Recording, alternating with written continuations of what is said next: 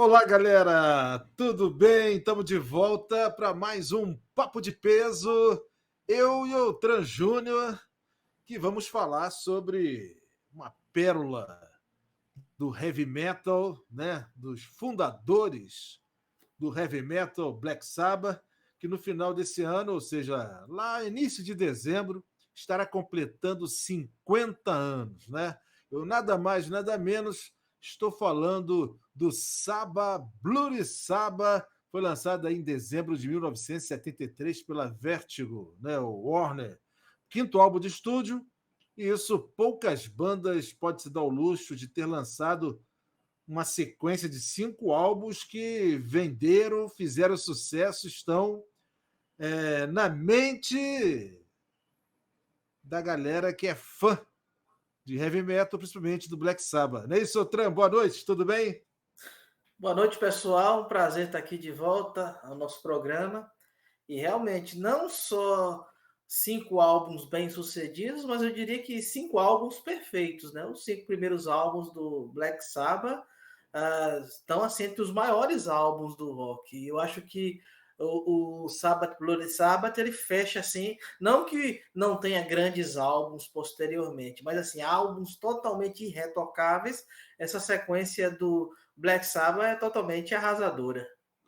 Até porque os que vêm a seguir dividem um pouco a opinião pública, né? Que tem o Sabotage, o Technical Ecstasy e o Never Say Die. Não, mas não necessariamente nessa ordem. Eu não lembro qual a ordem desses três Porque o que. Sabotage é Technical Ecstasy e Never Say Die. Never Say Die é o Isso, último com Ozzy. com Ozzy, é isso mesmo. Depois aí já entrou o Dio já na Esses formação seguinte. três, esses três álbuns receberam muitas críticas. Apesar que eu gosto muito do Techno Ecstasy, eu tenho ele comigo, comprei na época e gosto. É muito assim, desvalorizado, né? Pelo público. Eu acho que o que aconteceu, que a banda, primeiro, o cansaço, né? Eles lançaram muitos álbuns em pouco tempo. Uhum. E segundo, meio que foi que perdendo um pouco o foco, né? Então, esses álbuns têm faixas muito boas, mas tem faixas assim meio perdidas, meio assim que soa um pouco progressivo demais, talvez, para o Black Sabbath. Então, até o Sabbath Bloody Sabbath, os caras tinham um foco. Se bem que esse álbum ele começou com o esgotamento da banda, né? A banda inicialmente tentou se reunir em estúdio, mas tinha um esgotamento de ideias, eles estavam muito cansados, porque desde o primeiro álbum era show, turnê, álbum, e não paravam. E aí consta que eles deram uma parada, né? E aí alugaram, acho que uma casa, estúdio, um lugar mais separado, e aí que começaram a surgir as ideias, e o álbum foi se desenvolvendo. Esse álbum tem uma polêmica aqui no Brasil, né, que é bem conhecida, em relação à faixa título. Você tem o disco da Vanusa? Esse Tem o disco disco da da Vanusa? Vanusa, tem. Ah, isso aí tem E que um o disco quebra-toque da aí. Vanusa saiu antes, né? É, né? Saiu antes e Foi. o riff é igual, realmente. Pô, muito parecido, muito A música é parecido. diferente, tá? Por sinal, a música é muito legal. Não, Talvez. você que conhece a Vanusa só do. Apesar que é o álbum de Manhãs de Setembro, mas você conhece a Vanusa só pelas melodias, né, que fizeram sucesso, aquele brega famoso dos anos 70, vai surpreender com essa música, que é um rock. É um É rock em inglês em e inglês. hard rock mesmo, What, pesado, What né? to Como Do, se eu você não me não via engano. no Brasil naquela. É What to Do, o nome da É. música, né? Eu, E quando comecei a ouvir falar em Black Sabbath, no início dos anos 80, as pessoas que já eram fãs há muito tempo me falavam que o Saba Bloody Saba era o melhor álbum da banda, né?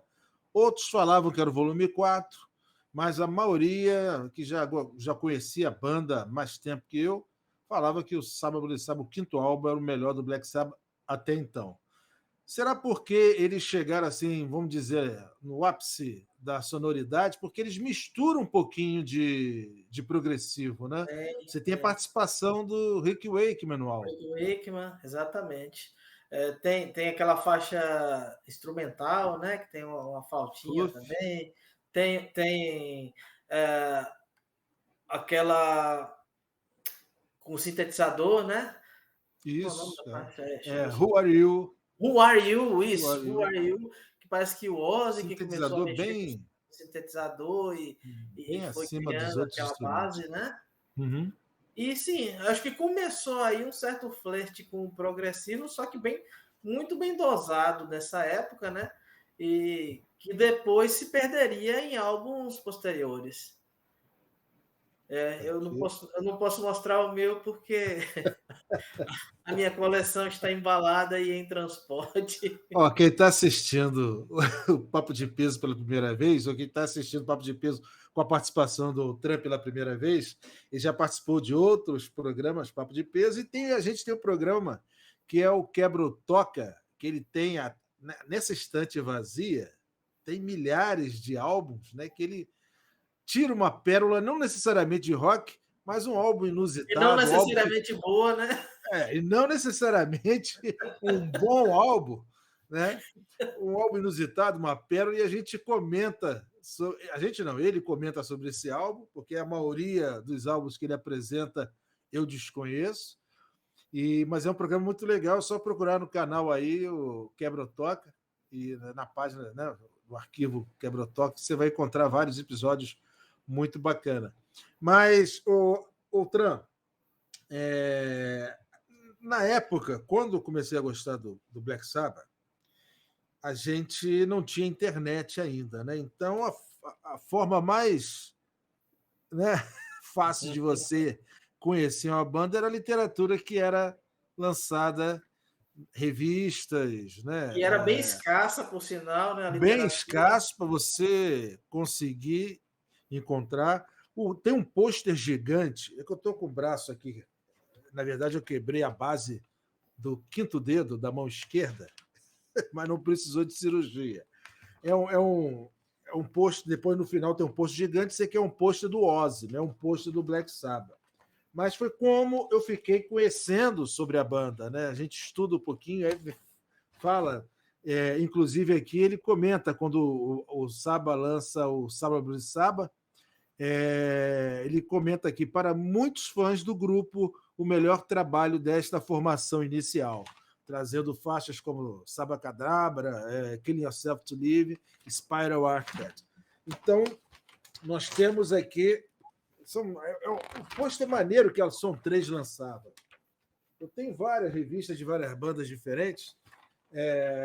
Conforme a gente vai conversando, vocês vão estar vendo aí na tela detalhes não só da revista, como também detalhes da capa do álbum, capa e contracapa, que a gente vai conversar também sobre isso, que é interessante. E só para afirmar que isso aqui ia até o último álbum, era o Born Again. A discografia aqui do Black Sabbath ia até o Born Again, né? Nessa época aqui. Muito legal essa Mas, revista, né? poxa, eu tenho várias desse tipo. Mas, o Tran, já falamos, né, que foi usado um pouquinho também de progressivo, até no álbum posterior, Never Say Die, um pouquinho também no volume 4. Esse álbum ele chegou nas paradas britânicas em quarto lugar, Quarto e nas lugar. paradas americanas em 11º lugar. Agora, a popularidade realmente, principalmente nos Estados Unidos, foi com aquele festival California Jam de 1974. Né? O mercado americano era muito visado pelas bandas britânicas. Né? Sim, sim. O Black Sabbath, na verdade, nunca foi um grande estouro assim fenomenal nos Estados Unidos, né? Mas achei o auge da popularidade deles foi nessa época, e o California Jam ajudou bastante. Inclusive, recomendo, vocês acham no YouTube, tem o show do Black Sabbath, tem show do Deep Purple, né? E vale muito a pena vocês ouvirem, né? Foi um festival não mais como aqueles festivais dos anos 60, que era uma coisa muito assim de improviso, foi um dos primeiros festivais mais bem organizados, né? E realmente a popularidade, tanto pelo festival, como se eu não me engano, foi transmitido pela TV e depois o filme rodou bastante, né? Tá. Agora, inclusive esse festival California Jam, eu tenho até o vídeo do Deep Purple, ele toca nesse festival já com Hit Blackmore, primeira turnê com Blackmore nos vocais, perdão, David Coverdale. David Coverdale nos vocais. Agora, sobre a música Saba Bloody Saba, e aí na descrição do vídeo você vai ter os links para você pesquisar. Tem algumas músicas que os críticos, né, os especialistas dizem que é a música não como um plágio, mas que parece muito. Essa que a gente comentou da Vanusa, né, o What to Do, lançado em 73. Tem uma antes do baixista do The Who, não sei, é John Entwistle. Entwistle, né? E fala um pouquinho mais dessa polêmica da Saba Bloody Saba, que parece com algumas músicas que descrição você vai poder conferir no link. O que eu acho, na verdade, é que o riff de guitarra que se confunde muito, né, com outras músicas. Os riffs de guitarra do Tony Iommi são simples e matadores, né? E talvez uma sequência. Eu acredito que tudo, na verdade, tenha sido uma grande coincidência. Não tem. Como é que uma música da Vanusa ia chegar, né, num disco que não era lançado internacionalmente, né? Ia chegar lá na Inglaterra e o Tom Iommi ouvir e falar: pô, vou fazer um plágio da Vanusa porque ninguém sabe o que é. Não faz muito sentido. Eu acredito. Claro, tem muito plágio no rock, tem muita, né, muita música tomada emprestada, o Led Zeppelin que o diga, né? Mas eu não acredito que seja um plágio. Por falar em Led Zeppelin, tem a informação de que alguns dizem que foi a banda toda, outros que foram alguns membros. Com certeza, o baterista do Led Zeppelin, o John Bonham, teve presente no estúdio quando eles estavam gravando o Sabbath Bloody Sabbath, e parece que tem uma jam entre eles que foi gravada e permanece inédita, né? Uma jam de membros do Black Sabbath com membros do Led Zeppelin, que foi gravada na sessão, mas nunca nem em edição especial, talvez por conta de direitos autorais, aquela briga de gravadora, nunca foi lançado nenhum material. Eu, inclusive, já procurei em bootleg, em pirata, né? Mas nunca consegui achar. O pirata é o que a gente conseguiu ouvir, né, nos anos 80, porque a gente, nos próprios classificados das revistas de rock especializada, tinha pessoal vendendo fita cassete demo, com gravação, né, do álbum. Eu ouvi Black Sabbath pela primeira vez, foi com Dio. Foi uma fita cassete do Mob Rules, do álbum todo. Né? Então, a gente ouvia... E lembrar que o pirata, naquela época, tinha uma outra conotação. Normalmente era gravações de shows, né? Isso, pessoal ia com gravador. Não eram lançadas oficialmente, não era simplesmente você copiar, como explodiu isso na era do CD, né? Era simplesmente você copiar um álbum e lançar. Geralmente era material que não era lançado oficialmente e que aí os pirateiros da época lançavam, né? E a gente, quando conseguiu uma fita dessa, a gente torcia, a gente vibrava, mas o som era ruim. Horroroso. Horroroso. Tinha coisas que eram você ficava feliz ali, mas tinha coisas que eram totalmente inaudíveis. É só para você dizer que estava ouvindo um show de sua banda preferida. Tem uma reportagem do Bruce Williams, não é o artista, o ator Bruce Willis, não é Bruce Williams, no site da revista Whiplash.net, que vai estar na descrição. Ele fala sobre essa música, né, as músicas da Vanusa, também do John Entwistle. E também e tem também uma outra que eu não me lembro agora também. Ele comenta legal, vale a pena você conferir, vai estar na descrição aí o link. Outran, a gente falou sobre sobre a polêmica do Sábado Blues Sábado, da música. Agora, a capa desse álbum também é uma coisa fenomenal. Eu lembro que eu ficava com os amigos, a gente ficava, entendeu? A gente ficava. Qual a sua opinião, qual a sua interpretação da capa e contracapa? E eu quero saber a sua, Outran. A capa, contracapa, enquanto a gente vai estar conversando, vai estar aí no vídeo o álbum em uma melhor Cara, definição. assim, a capa, né? O artista se chama Drew Struzan, que eles contrataram, que tem um cara numa cama tendo um pesadelo, os demônios, né? Aquela coisa toda. O que eu acho interessante dessa capa e o outro lado, assim, uma coisa mais oposta, foi a influência que essa capa teve no metal posteriormente, né? Porque assim não existia essa iconografia naquela época de se retratar essas coisas demoníacas assim, nas capas de disco, né? E eu acredito que essa arte tenha influenciado muito o que veio posteriormente, principalmente no rock pesado, no metal e depois nos seus subgêneros, né? Então assim, essa capa pode até não dizer assim, uma das melhores do rock, mas com certeza uma das mais influentes da história do rock, ela foi sem dúvida nenhuma. E essa capa meio que foi pioneira nisso, né? O interessante dela, exatamente essa situação. Se você olha, por exemplo, o Deep Purple, não tinha, né, essa iconografia nas capas dele, né? As capas Não. algumas bonitas, outras nem tanto, mas é outro tipo de arte gráfica. No Led Zeppelin também, que eram as bandas de fazer um som mais pesado na época, né? Eu acho que o Saba foi pioneiro aí nesse estilo.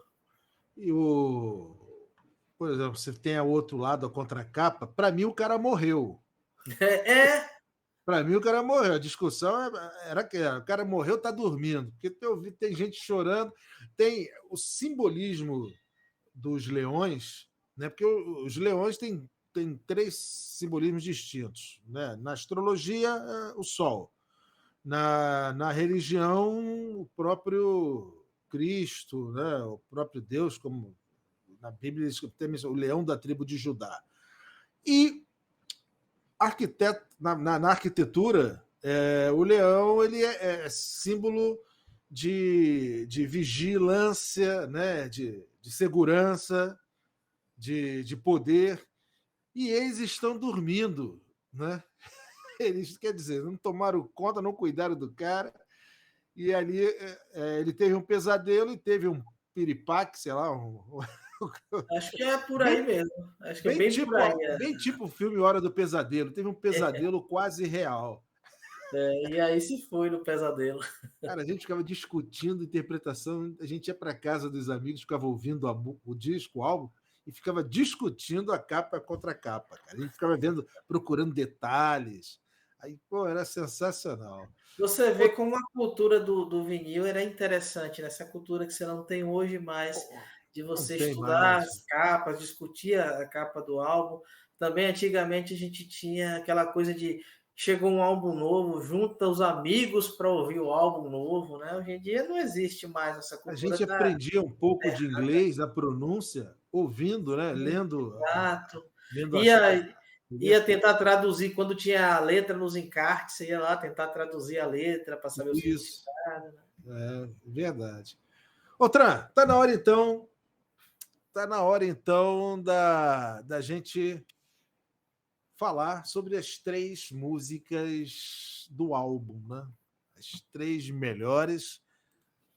E aí você começa, eu começo. O que você quer? Pode começar, por favor. Posso começar? Cara, eu acho que uma música que é hors concurso não tem jeito, Saba Blue Saba, faixa título, que é sensacional. A Tem que segunda, pagar esse tributo à Vanusa, não tem jeito. e a segunda que eu destacaria, eu passei a percebê-la depois, quando o Metallica regravou nesse álbum aqui, o Garage Insight, que eu tinha o álbum era só um disco. Quando eu vi o CD, era um CD duplo. Tem outras músicas aqui, que ele gravou um monte de versões, né? Inclusive Motorhead, tá? Muito, muito bacana. E o Sabacadabra, eles gravaram o Sabacadabra nesse álbum aqui. Depois eu fui perceber, cara, a música é sensacional. Então, é a segunda música que eu destacaria. E a terceira, cara, eu acho o refrão.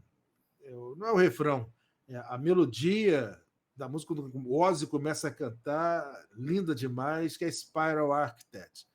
Então, essas 3 músicas que eu destacaria, sem deixar de mencionar a instrumental Fluff, que quando eu ouvi pela primeira vez, eu fiquei, pô, uma baladinha, né? Estou esperando o Ozzy cantar e o Ozzy nunca que canta. Vem. Nunca vem. E no disco, no álbum, não vem dizendo se é instrumental ou não.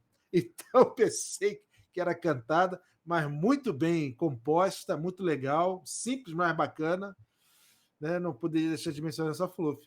E agora eu queria saber de você, meu caro Outran, as 3 músicas que você destacaria no álbum Saba, Bloody Saba. Eu não vou ser muito diferente, não. Talvez a gente possa considerar o Sabbath, Bloody Sabbath, uma música ao concurso, que não, porque ela é tão maior, né? Assim, como as pessoas conhecem muito mais do que as outras em se tratando desse álbum, né? Eu acho Sabbath Cadabra também maravilhosa, acho o Spiral Architect maravilhosa. Eu gostava de ouvir muito a segunda faixa, Natural Acrobat. Na verdade, eu gostava de ouvir esse álbum. É aquele álbum que eu gosto de correr ali do início ao fim. O Fluff é legal. Aquela faixa do Who Are You, que tem o sintetizador, é diferente. Assim.